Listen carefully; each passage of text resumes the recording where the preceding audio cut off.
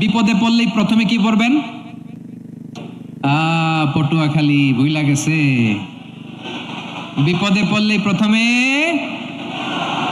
ইন্না লিল্লাহ কি বলে নিজেকে আল্লাহর কাছে সঁপে দিতে হয়, হাসবুনাল্লাহ। চরম বিপদে দেয়ালে পিঠ থেকে গেছে, তখন লা ইলাহা ইল্লা আনতা সুবহানাকা ইন্নী কুনতু মিনাজ জালিমিন। এরপরে লা ইলাহা ইল্লাল্লাহুল আযীমুল হালিম, এই দোয়া।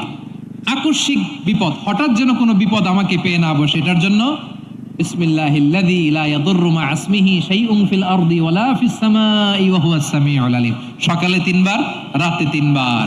আর মারাত্মক tension, hyper tension, anxiety, depression থেকে বাঁচার জন্য 2 দোয়া, ইয়া হাইয়্যু ইয়া কাইয়্যুম, ইয়া হাইয়্যু ইয়া কাইয়্যুম, মনে থাকবে। আর আল্লাহুম্মা ইন্নী আবদুক, এই দোয়া। ঋণ থেকে বাঁচার জন্য 2 দোয়া, আল্লাহুম্মা ইন্নী আউযু বিকা মিনাল হাম্মি ওয়াল হাযান, এটা। আর আল্লাহুম্মা কফিনি বিহালালিকা আন হারামিকা ওয়া আগনিনি বিফাদলিকা আম্মান সিওয়াক।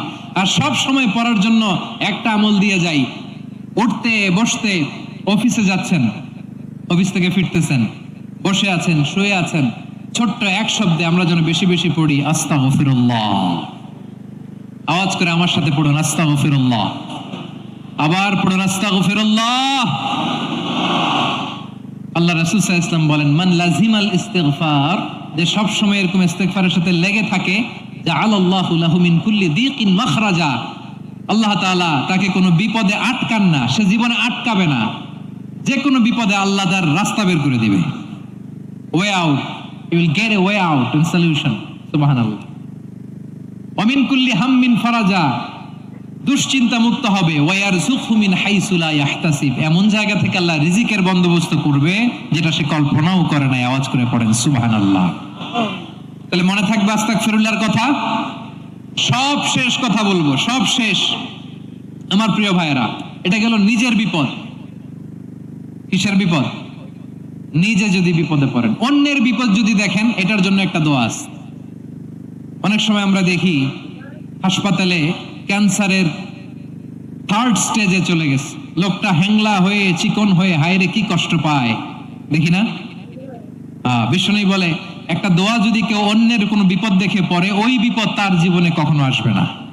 অনেক সময় হয় যে আমরা মহাসড়ক দিয়ে যখন চড়ি, দুর্ঘটনায়, আইরে আল্লাহ, দুর্ঘটনায় মানুষের মাথা একদিকে, দেহ আরেক দিকে, ব্লিডিং, এরকম হয় না?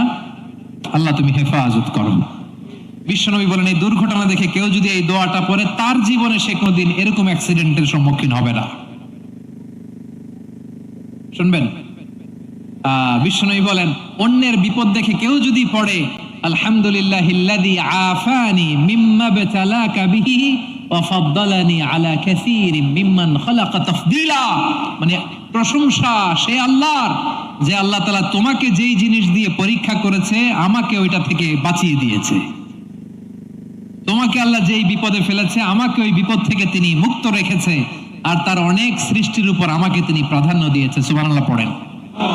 যে কোনো বিপদ, কারো ক্যান্সার দেখে যদি এই দোয়াটা আপনি বিশ্বাসের সাথে পড়েন, জীবনে কোনোদিন ক্যান্সার রোগে আক্রান্ত হবেন না।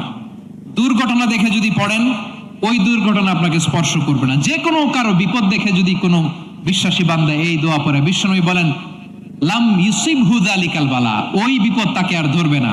উফিয়া মিনহু মিন যালিকাল বালা কাইনাম মা কান, সে যতদিন হায়াত পাবে কোনোদিন ওই বিপদ তাকে স্পর্শ করবে না।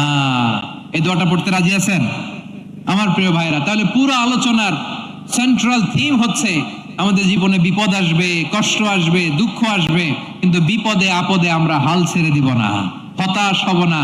মুমিন হতাশ হয় না, নিরাশ হয় না, হাল ছেড়ে দেয় না। মুমিন ভরসা রাখে একজনের উপর। আওয়াজ করে বলুন, যিনি কে? বিপদে পড়লে আমাদেরকে উদ্ধার করে কে? আবার আমাদেরকে যদি কোনো নেয়ামত আল্লাহ দিতে চান, ওইটা কেড়ে নেওয়ার ক্ষমতা কারো আছে?